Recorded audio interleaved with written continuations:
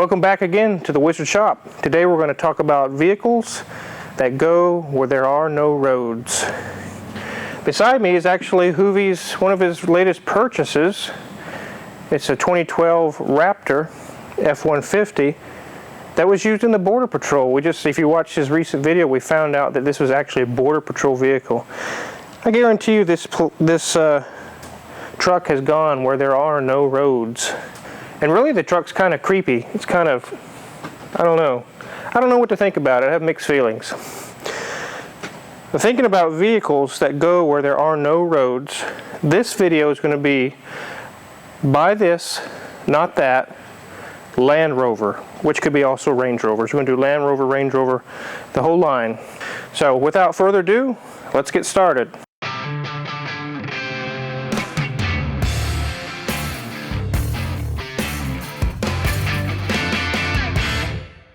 So here we are, back in my thinking chair. The old H2 seat that came out of Hoovie's H2. He told me to throw it in the trash. I said, no, I can use this thing, and I've been using it for my buy this, not that videos. It works great. I keep watching behind me to make sure this thing's not doing weird things behind me. Okay, so like I said, we're going to do Land Rover vehicles, buy this, not that.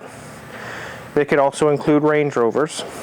And we're going to first start with the small segment, the small SUVs. There's not going to be cars. These aren't cars. This is an SUV segment, so we're going to have to be cognizant of that. In the small segment of small SUVs, the one I would recommend to get is 2011 to 2018 Range Rover Evoque. These are actually fairly reliable, and to think about it, any of these vehicles that I recommend or not recommend today are not the most reliable vehicles. They're not Toyotas, they're not Hondas. So really it's like which is more reliable than the other, or back and forth like that. But anyways, the Evoque in those years is actually fairly reliable. It's very stylish, it gets good gas mileage, it's small, it's all-wheel drive, it has a 4-cylinder turbocharged engine. And really they're really a nice vehicle. They're not all that expensive. You can pick them up used for a decent price. These actually get 30 miles per gallon on the highway, which is really pretty good for a Range Rover. If you're in the market for a small vehicle, you don't want a behemoth, huge, full, what they call the full fat Range Rover, this would be the ticket. This would be a Range Rover. It's stylish, it's elegant, but small and fuel efficient. So that's what I recommend for to buy in the small segment. The one not to buy is 97 to 2006 Land Rover Freelander, also known, I guess, in overseas as the LR2.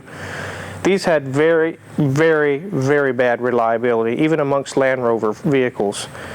They had a 1.8 or a 2. I can't remember which engine it is, but they're all over Craigslist. If you're in the market for a small segment and you look through Craigslist, there's so many of them out there, and they're just beat up. The engines are out, the transmissions are out. $500 for a Freelander, it's not running. Come pick it up, please get it out of my yard. They're really not good vehicles. I really recommend to stay away from the 97 to 06 Freelanders. Now, moving on to the mid-size segment, the one to buy is 1989 to 1998 Discovery 1, the first Land Rover Discovery series. Now you say, oh, those blow head gaskets. Well, all of the Discoveries blow head gaskets.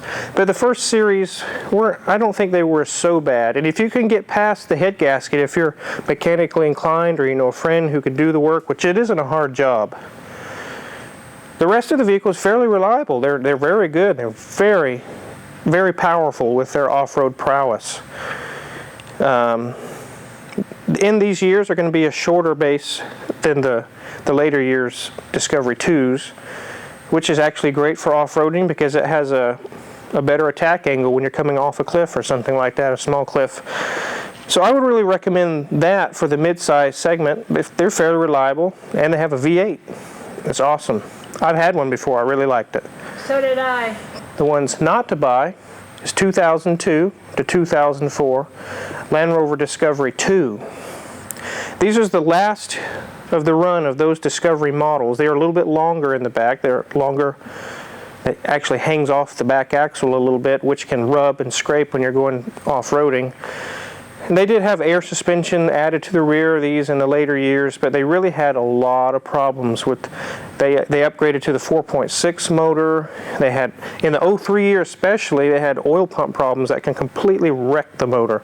The oil pump goes out. There's also cylinder liner issues where the liner drops and it can create havoc and get coolant in the oil and ruin the engine. There's a lot of these. If you look at these on Craigslist, not running, $1,500. It's a beautiful SUV, not a scratch on it. $1,500 because it's not running. The engine is irreparable. It's just not worth fixing. So I don't recommend those years of the mid-size 2002 06 Discovery 2. Moving on to full-size, or what they call a full-fat Range Rovers, Land Rovers, whatever. The one I recommend to buy is 2009 to 2016 LR4. This is the Land Rover. This is the fourth iteration of the Discovery series, where they call it a LR4. It has a Ford-derived 5-liter V8, and these LR4s are actually very reliable. After 2016, they came out with a supercharged V6, which is basically the V8 with minus 2 cylinders in the back.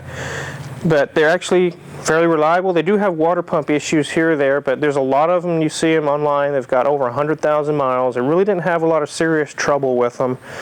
And they got good power, they ride good, they're utilitarian. If you live on a dirt road or out in the country, this would be the one to buy. I really recommend those years of the LR4. The one not to buy would be 2002, 2006 full-size Range Rover, the HSE or whatever you want to call it. These have a BMW powertrain, BMW engine, BMW parts. It's basically an X5 with a Land Rover, Range Rover body on it. The air suspensions have huge problems when they get age. The engines have Vanos problems. They have timing guides where the guides just come apart and fall down in the oil pan and wrecks your motor. It gets at jumps time, valves hit the pistons. And I don't think you can go 5 or 10 miles in one of those without you hearing the ubiquitous BMW bong, some other warning message. You get that addressed, you get that fixed. Okay, I'm good to go, and you go driving again, go to McDonald's or something. Bong, another error message. It never ends. It never ends. I'm telling you, in these years. Tyler recently had a video, for the love of God, don't buy a used Range Rover. And I think he's really focusing on these years I'm talking about, the 2002 to 2006 Range Rovers. They're absolutely horrible to maintain. They will break your bank. So, Car Wizard, does burying it in your backyard help any? It does. It gets rid of the problem, and you don't have to see it again for quite a while. And when it does resurface, it ends up in Texas on a demolition ranch and destroyed. So it's gone. I don't have to worry about it anymore. But anyways, don't buy one of those guys. Those are the ones in the full size I recommend not to buy. And in the sport models, it really, there's no sports cars in Land Rovers, but I recommend to buy a 2006 to 2009 full-size Range Rover supercharged. These have range anywhere 500 and upwards horsepower. They're very fast for a Range Rover. They're actually amazingly fast.